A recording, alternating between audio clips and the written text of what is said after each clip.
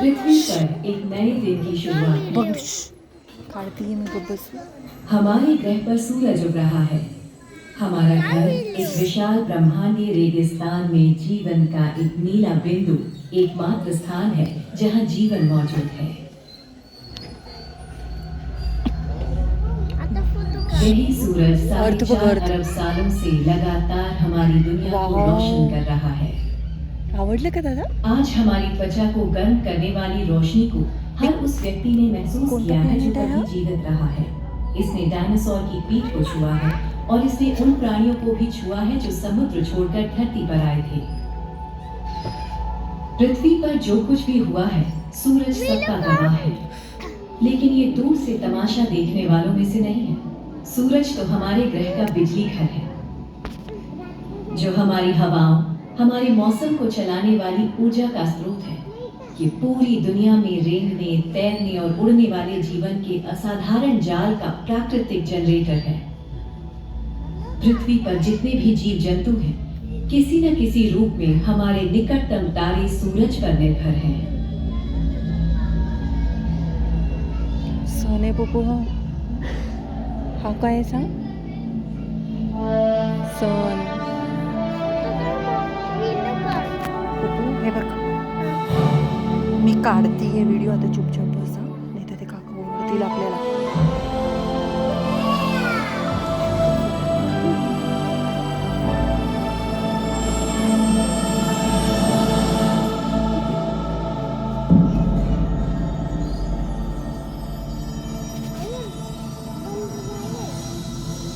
जैसे ही सूरज उगता है, वो पृथ्वी की भूमि और महासागरों को अपनी गर्म रोशनी की चादर उठा देता है।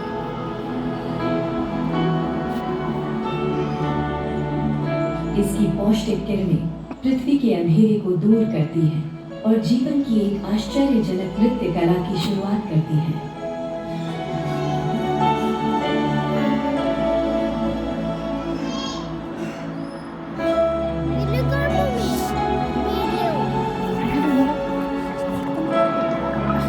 पानी की गहराइयों में भी सूरज की रोशनी की अहम भूमिका है। हे बघ, काढतीये मी. दिसतंय का तुला? आता चुपचाप बस, बघ फक्त. महासागरों और धरती पर पौधे सूरज की रोशनी से ऊर्जा उत्पन्न करते हैं। वे प्रकाश संश्लेषण यानी फोटोसिंथेसिस के माध्यम से उसे भोजन में परिवर्तित करते हैं। चालू आहे ना? अरे तिकडे बघ ना, लक्ष दे ना. ये तरीका हमारे ग्रह पर कई इकोसिस्टम्स में चलता है।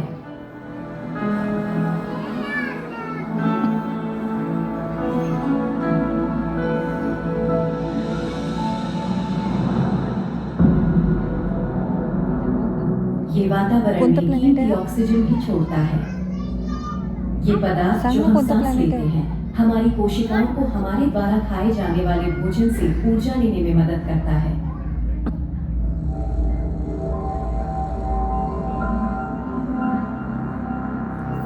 इससे बहुत पहले कि हम ये समझ पाते कि हमारा अस्तित्व ही सूरज पर निर्भर है, मानवता इस पर पूरा ध्यान देती आ रही थी।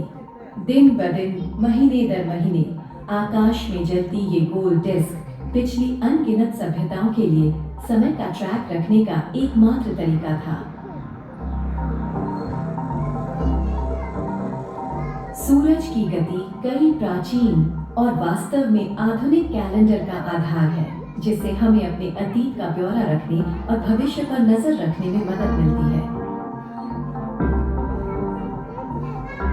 सूरज हमारे जीवन की लय को चलाता है। पृथ्वी की धुरी का झुकाव साल भर दिन के समय सूरज की रोशनी को एक वर्ष के दौरान तीव्रता और अवधि में बदलने और देता तू बघ है, कशी जो सोनच्या ऋतुओं गोल गोल और गोल उनके गोल विकास फिरते. और विकार के चक्रों को जन्म देता है।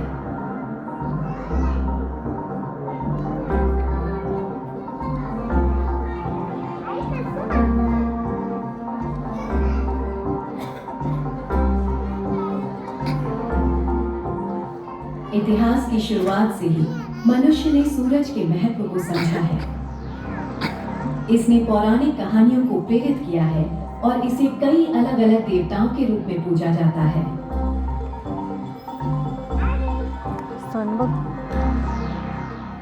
5000 साल पहले मनुष्यों ने पत्थर के बड़े स्लैबों से इंग्लैंड में स्टोनहेंज के प्रागैतिहासिक स्मारक यानी प्री हिस्टोरिक मॉन्यूमेंट को खड़ा किया। ये संरचना खगोल विज्ञान के लिए कस्टम बिल्ट प्रतीत होती है और सूरज की वार्षिक गति को चिन्हित करती है।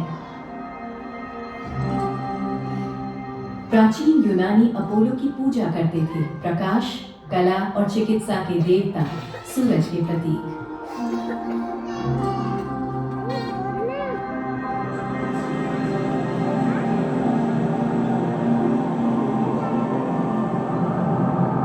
आज के आधुनिक मेक्सिको में प्राचीन माया ने सूरज के साथ संरेखित स्मारकों का निर्माण किया था। उनके सूरज देवता के दैनिक जीवन को प्रभावित करने वाले कई पहलू थे और वे आकाश में सूरज की गति और मार्ग का सावधानी पूर्वक रिकॉर्ड रखते थे। इनका शहर माचू पिच्चू के खंडहरों में एक छाया घड़ी है जो उनके सूरज देव इंती के मूवमेंट को ट्रैक करती है। आधुनिक दक्षिण अमेरिकी अभी भी वर्ष के सबसे लंबे दिन को इंती रेमी के रूप में मनाते हैं।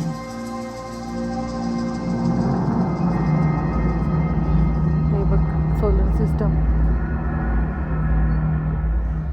कुछ संस्कृतियों ने गलत बातों को सही मानकर पृथ्वी को ब्रह्मांड के केंद्र में माना, जिसमें सूरज, ग्रह और तारे हमारे ग्रह के चारों ओर घूमते हैं। लेकिन 16वीं सदी में अंतरिक्ष में हमारे स्थान का सच सामने आ गया। यूरोपीय खगोल शास्त्री निकोलस कोपरनिकस ने हमारे सौर मंडल का सूरज केंद्रित मॉडल प्रस्तुत किया, जिसके केंद्र में सूरज था।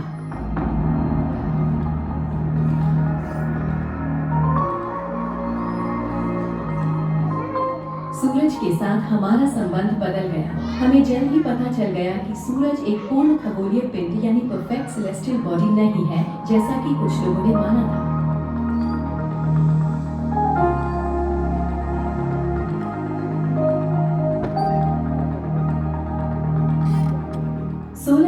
में इटालियन खगोल शास्त्री गैलीलियो गैलीली सूरज का निरीक्षण करने के लिए दूरबीन नाम के एक उपकरण का इस्तेमाल करने वाले पहले व्यक्ति थे। गैलीलियो को बहुत आश्चर्य हुआ जब उन्होंने सूरज की सतह पर बड़े बड़े काले धब्बों की खोज की।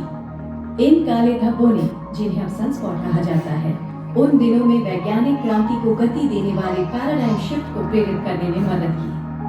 स्वर्ग में भी वही कमियां हैं जो हम यहाँ पृथ्वी पर अनुभव करते हैं। धीरे धीरे विज्ञान ने पौराणिक कथाओं का स्थान ले लिया। सदियां बीतती गई, सूरज के बारे में हमारे ज्ञान में बदलाव आया और सूरज में दिलचस्पी रखने वाले खगोलविदों यानी एस्ट्रोनॉमर्स की संख्या बढ़ती गई। हमने पृथ्वी से सूरज की दूरी नापी है, 15 करोड़ किलोमीटर। अब हम अनुमान लगा सकते हैं कि सूरज आकाशगंगा के 200 अरब सितारों में से सिर्फ एक है।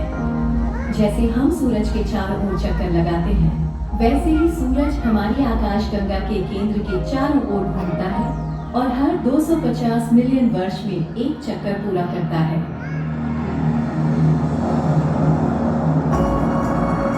इस भव्य संरचना के भीतर हमने हजारों ग्रहों की खोज की है जो अन्य सितारों के चारों ओर घूमते हैं। ये एक्सोप्लैनेट अपने अपने सूरज की चमक में डूबे रहते हैं।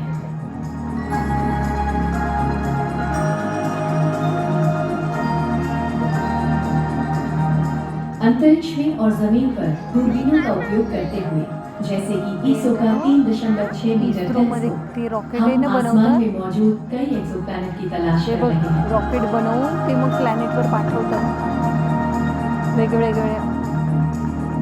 सूरज के सबसे करीबी पड़ोसी तारे प्रॉक्सिमा सेंटोरी के पास एक ग्रह पाया भी गया है।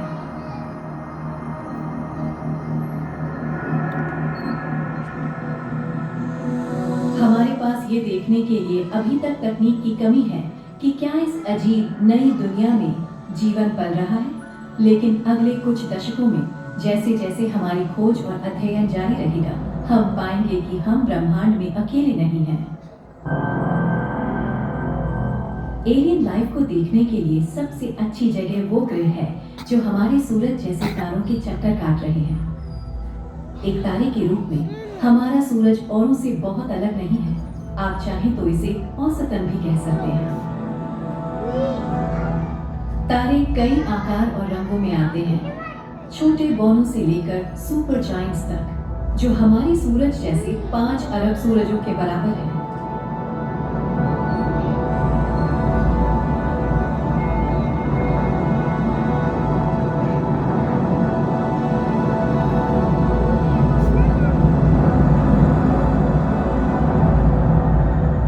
शब्दों के खेल में ना उलझे। एक टिपिकल बौने तारे के रूप में हमारा सूरज अभी भी आराम से 10 लाख पृथ्वियों को अपने अंदर समा सकता है। सूरज का विशाल आकार हमारे सौर मंडल में सबसे बड़ा है।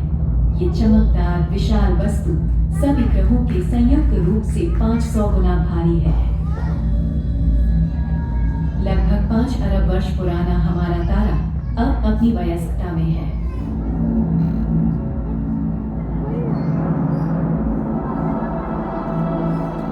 बाकी सौर मंडल की तरह ही सूरज की कहानी एक बड़े से घूमते हुए गैस और धूल के बादल में शुरू होती है, जो गुरुत्वाकर्षण के खिंचाव के कारण ढह जाती है।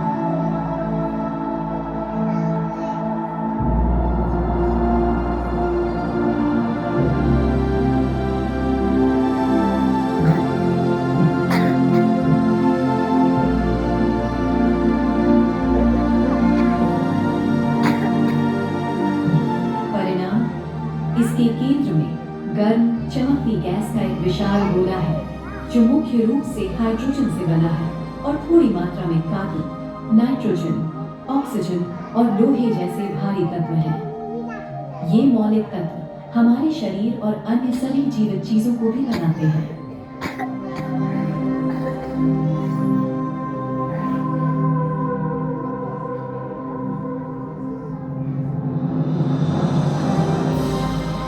सूरज हमारी दुनिया से मौलिक रूप से अलग है। हालांकि इसकी कोई ठोस जमीन नहीं है जिस पर हम पैर रख सकें, लेकिन इसमें एक दृश्य सतह है। इस क्षेत्र को फोटोस्फीयर कहते हैं और ये एक विशाल बर्तन में उबलते हुए सूप की तरह दिखता है। इस दृश्यमान सतह का तापमान लगभग 5500 डिग्री सेल्सियस है। सबसे गर्म रसोई के अवन से 20 गुना अधिक गर्म।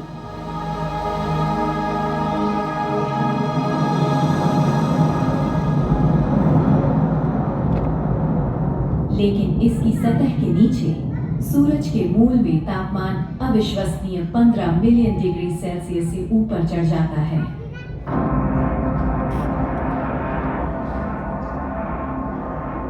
अगर हम सूरज के अंदर देखने की कल्पना करें, तो हम समझ सकते हैं कि ये ऊर्जा कहां से आती है।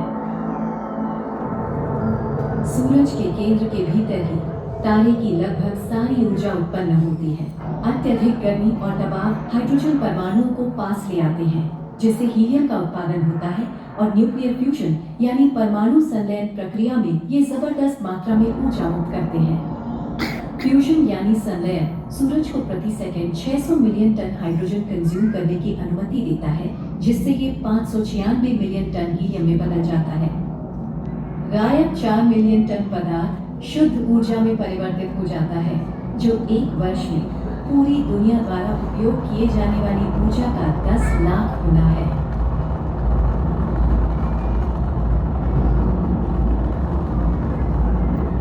आइंस्टाइन का सबसे प्रसिद्ध समीकरण E = mc² हमें बताता है कि कैसे एक छोटे से द्रव्यमान को भी बहुत सारी ऊर्जा में बदला जा सकता है। चूंकि प्रकाश की गति बहुत अधिक है, लगभग 1 अरब किलोमीटर प्रति घंटे से अधिक, इसलिए केवल 1 ग्राम पदार्थ में भी ऊर्जा की मात्रा अथाह है। सूरज के केंद्र में संलयन द्वारा मुक्त की गई ऊर्जा स्वतंत्रता पाने के लिए एक कठिन यात्रा करती है। भीड़ भाड़ वाला तारकीय इंटीरियर ऊर्जा को परमाणुवीय बाधाओं का सामना करने देने से पहले लगभग 1 मिलीमीटर ही यात्रा करने देता है। ऊर्जा तब तक समाहित